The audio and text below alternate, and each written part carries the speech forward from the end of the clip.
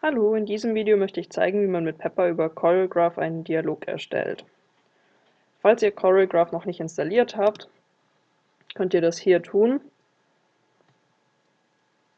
Ihr findet die Software hier unter der Pepper Software Suite, kostenlos zur Installation. Den Link dazu habe ich auch noch in der Videobeschreibung hinterlegt oder hier im Video.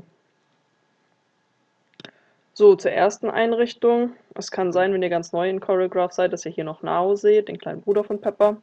Das kann man aber ganz leicht anpassen unter den Preferences bei Virtual Robot, indem man hier einfach den Pepper auswählt. Aber für dieses Video brauchen wir den Virtual Robot auch gar nicht, weil wir ja mit einem echten Pepper arbeiten. Und mit dem wollen wir uns jetzt auch verbinden. Das geht hier unter Connect to.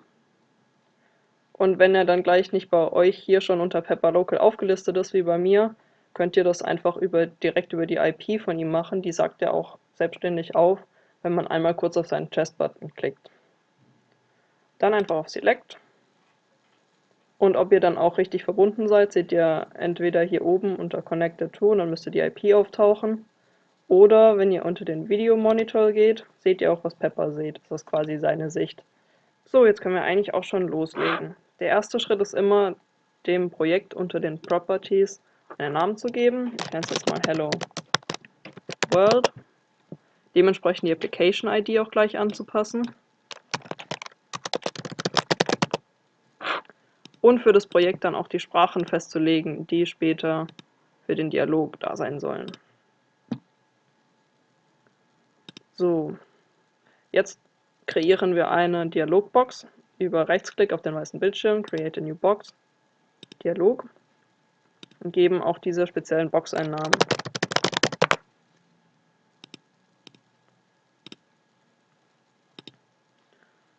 Ganz wichtig ist es jetzt, die Box erstmal mit Start und Ende zu verbinden, damit Pepper sauber in den Dialog rein und wieder rausspringen kann. Und öffnen tun wir die Dialogbox hier über die linke Seite. Hello World steht für Deutsch, Inu wäre jetzt für Englisch. Dialoge entstehen in CorelDRAW immer über Regeln. Wir legen also erst fest, was passieren muss, damit Pepper etwas Bestimmtes tut oder sagt, und danach sagen wir, was passieren muss oder was er sagen soll. Und die Trigger können entweder sprachlicher Input sein, also zum Beispiel, dass er auf ein Wort oder was Bestimmtes, was man sagt, reagiert, oder es können auch Events sein. Also wenn zum Beispiel sein Kopf berührt wird oder die Applikation gestartet wird. Wir legen jetzt für unser Beispiel fest, dass er hier bei dem Event onStart beginnen soll, diesen Satz zu sagen. Also wenn praktisch hier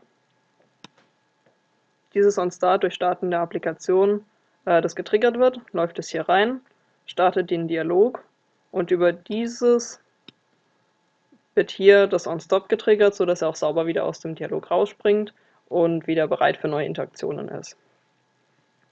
Ich habe jetzt geschrieben, er soll sagen, hallo Mensch, wie geht es dir?